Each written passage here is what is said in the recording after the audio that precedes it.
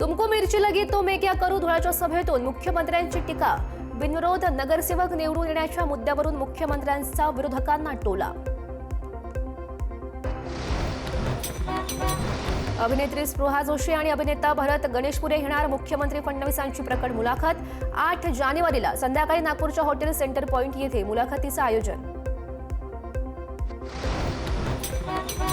संजय राऊत आणि महेश मांजरेकर यांच्याकडून ठाकरे बंधूंची मुलाखत. मुंबईतील हॉटेल ग्रँड हयात येथे मुलाखतीचं आयोजन. ठाकरे बंधूंच्या मुलाखतीचे फोटोही समोर. ठाण्यातील वर्तकनगर भाजपच्या कार्यालयामध्ये महायुतीचा वचननामा जाहीर. महायुतीच्या जाहीरनाम्यात पंतप्रधान नरेंद्र मोदी, अमित शहा, मुख्यमंत्री देवेंद्र फडणवीस आणि एकनाथ शिंदे यांसह अनेक नेत्यांचे फोटो. मुंबई महापालिका इमारतीजवळ काँग्रेसकडून जाहीरनामा प्रसिद्ध. रस्त्याला लागून फुटपाथवरच वर्षा गायकवाड आणि इतर नेत्यांकडून हा जाहीरनामा प्रसिद्ध. मुंबईमध्ये वंचित आणि काँग्रेसमधला विसंवाद पुन्हा चव्हाट्यावर. जाहीरनामा प्रसिद्धीच्या वेळी वंचितच्या नेत्यांची अनुपस्थिती. जागा वाटपावरून काँग्रेस वंचितमध्ये वाद झाल्याचीही माहिती. जालन्यात मनपा निवडणुकीच्या पार्श्वभूमीवर भाजप पदाधिकाऱ्यांची आढावा बैठक संपन्न.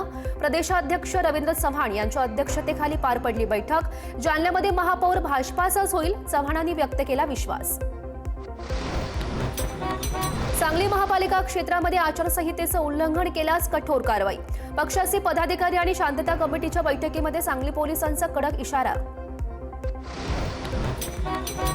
मुंबईतील प्रचारासाठी भाजप महिलांना नाचवून गर्दी जमवत आहे. कुठे नेऊन ठेवलाय आमचा महाराष्ट्र. व्हिडिओ पोस्ट करत अखिल चित्रेंचा भाजपाला प्रश्न.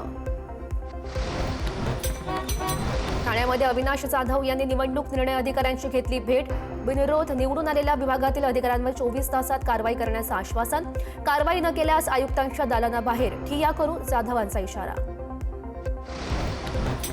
अंबादास दानवे यांनी फडणवीस आणि शिंदे सरकारवर साधला निशाणा. उद्धव ठाकरेंनी सुरू केलेल्या पाणीपुरवठा योजनेची गती मंद झाल्याचाही केला आरोप. नगर जिल्ह्यातील उमेदवारांना बंदुकीचा धाक. गुंडाराज वाढल्यानं जनता शिकवेल धडा. कल्ला करून गल्ला भरायचे दिवस गेले, जनता सुज्ञ. खोटे व्हिडिओ व्हायरल करून दिशाभूल. संग्राम जगताप यांचं वक्तव्य. सुषमा अंधारेंनी संग्राम जगताप यांच्यावर गुंडगिरीचे केले होते आरोप. लोकांसाठी जगलेल्या माणसांची नावं मनावर कोरलेली असतात, लिहिलेलं पुसता येतं, कोरलेलं नाही. रवींद्र चव्हाण यांच्या वक्तव्यावर रितेश देशमुख यांची प्रतिक्रिया.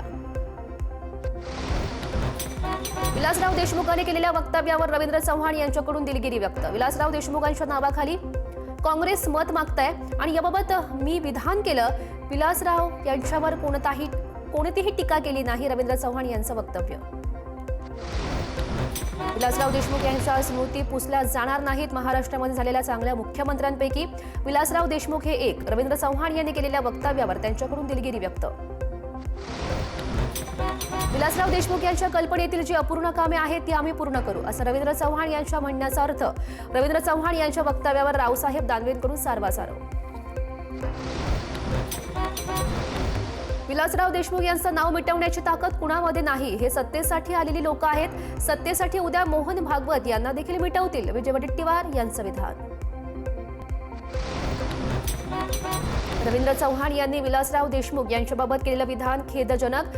विलासरावांचं कार्य आमच्यासारख्या नव्या खासदारांना प्रेरणा देणारं आहे, प्रतिभा धानोरकर यांचं विधान.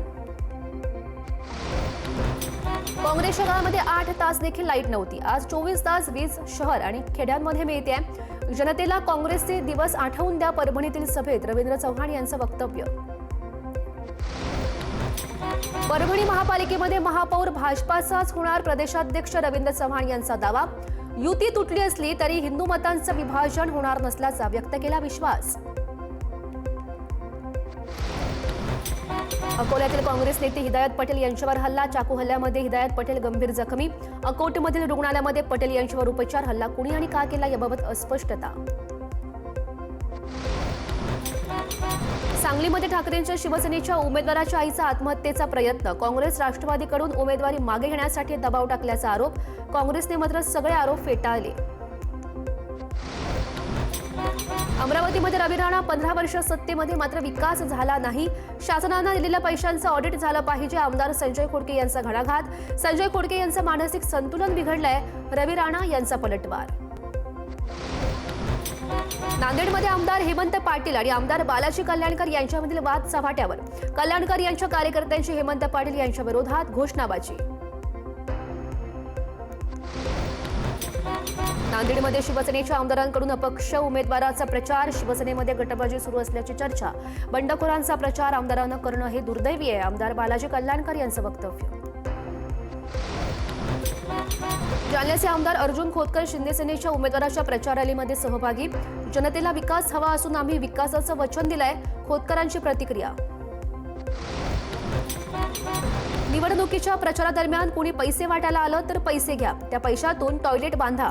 लातूरमध्ये एमआयएमचे खासदार ओवेसी यांचं वक्तव्य.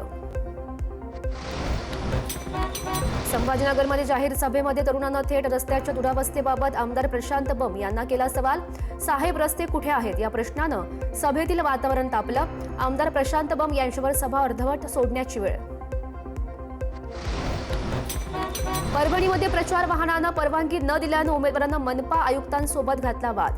विरोधकांना प्रचार करू द्यायचा नाही उमेदवाराचा आरोप. ऑटो चालकांकडे इन्शुरन्स आणि पीयूसी नाही मनपाकडून स्पष्ट. दहिसरमध्ये बिहारसारखा निवडणूक प्रचार. कार्यकर्त्यांमधील मारहाणीचा व्हिडिओ समोर आल्यानंतर विनोद घोसाळकर आक्रमक. घोसाळकरांकडून शिवसेनेच्या उमेदवारांवर गुंडगिरीचा आरोप. राष्ट्रवादीचा डीएनए एकच. भविष्यामध्ये दोनही राष्ट्रवादी एकत्र येऊ शकतात. रवींद्र चव्हाण आणि अजित पवारांमध्ये रंगलेल्या वादावर बोलताना एकनाथ खडसेंचं वक्तव्य. भाजपच्या सुधीर मुनगंटीवार यांच्या मला पदाची चिंता नाही असं पुन्हा एकदा वक्तव्य. चंद्रपूरमध्ये होणाऱ्या रामकथा कार्यक्रमासाठी सपत्नी केलं मैदान मंडपाचं पूजन. कारसेवेमध्ये आपलाही खारीचा वाटा असल्याचाही व्यक्त केला अभिमान. मुंबईच्या 227 प्रभागांची अंतिम मतदार यादी निवडणुकीस अवघे 8 दिवस शिल्लक असतानाही जाहीर नाही. आरटीआय कार्यकर्ते अनिल गलगली यांची निवडणूक आयुक्त आणि पालिका आयुक्तांकडे तातडीनं यादी प्रसिद्ध करण्याची मागणी.